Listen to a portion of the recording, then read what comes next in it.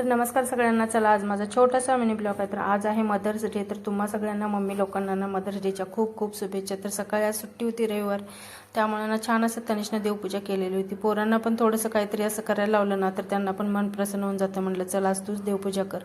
छान असं त्याने देवपूजा केलेली होती. आणि काल येताना मार्केटमध्ये गेलेलं ना येताना पाव आणलेलं होतं. तर त्यांना आज चहा आणि पाव खायचा होता, म्हणून म्हटलं चला आज त्याच्याबरोबर चहा आणि पावच नाश्त्याला खाऊन घ्यायचं, म्हणजे मला नाश्ता करायचं तर वाचेल.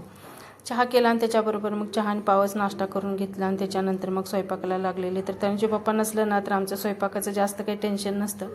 ते 2 दिवसासाठी गावाकडे गेलेले होते, म्हणून म्हटलं चला आज छोलेची भाजी, आमरस आणि फक्त चपात्याच बनवायच्या. पापड तळायचं होतं पण माझ्यातनं लक्षातच नव्हतं, फक्त तेवढंच मग स्वयंपाक केला.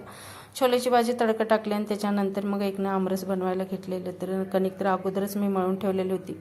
सगळा स्वयंपाक वगैरे करून घेतला आणि आमरसना मिक्सरमध्ये फिरवल्यानंतरच पोरं खातात, त्यामुळे मग जास्त करून मी आमरसना मिक्सरलाच फिरवून घेत असते. त्याच्यानंतर ना रात्री तनिषनं मदर डेचं कार्ड बनवलेलं होतं, पण ते लिहायचं तेवढं विसरलेलं होतं, म्हणून त्यानं सकाळी मस्त असं मदर डेचं कार्ड तयार केलेलं होतं. त्याच्याबरोबरच एक जास्वंदीचं फूल दिलेलं होतं. पोरांच्याकडून काहीच अपेक्षा नसते, फक्त त्यांचं एक ना प्रेम आणि आपली त्यांच्यावरती जी माया असते ना तेच असंच राहू दे असंच वाटतं आपणाला.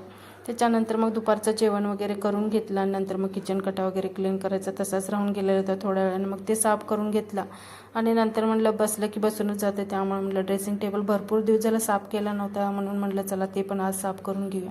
तनिष पण मध्ये मध्ये मला ना साफ करायला मदत करत होता. तर सगळं ड्रेसिंग टेबल साफ करून ड्रॉवर पण सगळी खाली केलेली होती. इतका कचरा पोराने भरला होता ना, त्याच्यामधलं सगळं साफ करून पुसून घेतलं आणि मग जे जे वस्तू लागतात ना त्या तेवढंच त्याच्यामध्ये ठेवून दिलं. सगळं काम आवरल्यानंतर ना निवांत होते, म्हणून म्हटलं चला साफ करताना ड्रेसिंग टेबल ना त्याच्यामध्ये मेहंदीचा कोण सापडलेला होता, म्हणून म्हटलं चला मेहंदी तर काही काढता येत नाही पण अशी तर काढून बघूया. तर कसा वाटला व्हिडिओ आवडला असेल तर लाईक शेअर सबस्क्राईब